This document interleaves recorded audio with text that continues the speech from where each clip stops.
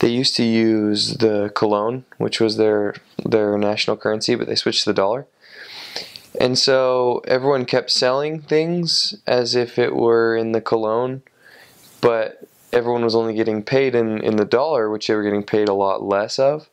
So everyone became really, really poor. Like the economy just kind of got thrown into a loop, like a massive recession for a while. And it's still, I mean, they're still living in pretty extreme poverty, I would say, the majority of the country.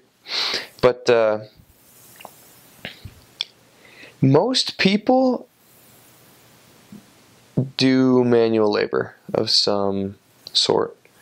I had two areas that were nice areas, and people in those areas usually had gone to college and had gotten some sort of degree and were working as like a lawyer or working at like a bank as like a teller or something like that, or even, you know, in some sort of management position. And people that went to school usually had better jobs that paid better. But the majority of people that I ever taught or ran into, it was all manual labor.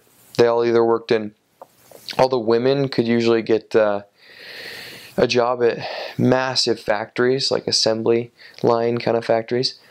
And so a lot of women would get jobs there, and men too, but I don't know, I think it was kind of something that women could do instead of being out like in the fields, you know, working. So that was tough labor, working in those factories. And then the men would usually work, you know, like out in a cornfield, or, you know, doing something else like harvesting coffee, or in some sort of like, you know, crop. You know, it almost seemed like the majority of people that I ever taught, and maybe it was because that's where I spent a lot of my time. I spent a lot of my time in sort of more rural areas. But it's a lot of manual labor, and it's tough manual labor. I mean, the guys' hands down there are always super calloused because they always use machetes or, you know, shovels, and they don't have like gloves like we do to keep our hands all safe. So their hands are all just way callous, just like leather. And, you know, they're tough. They're tough people. In El Salvador, I think I mentioned this, I'm not sure if I mentioned this, but in Central America, they all have like nicknames for like each country. So like Guatemala, they're Chapin, and then El Salvador, it's Guanaco, and then in Honduras, it's Catracho, and and in Nicaragua, they're just Nicas. That's just,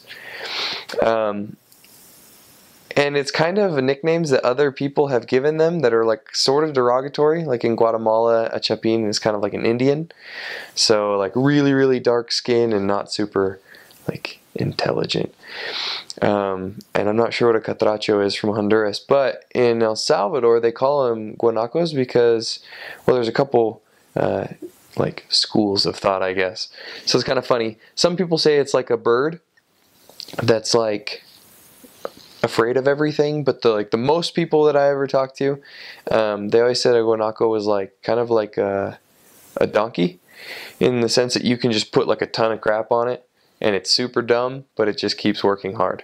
And that's exactly how the people in El Salvador are. I'm not saying that they're dumb, but they are not very educated, and they just don't have a lot of formal schooling. You know, there were tons of people that didn't make it through high school or middle school, or tons of people that didn't know how to read or write.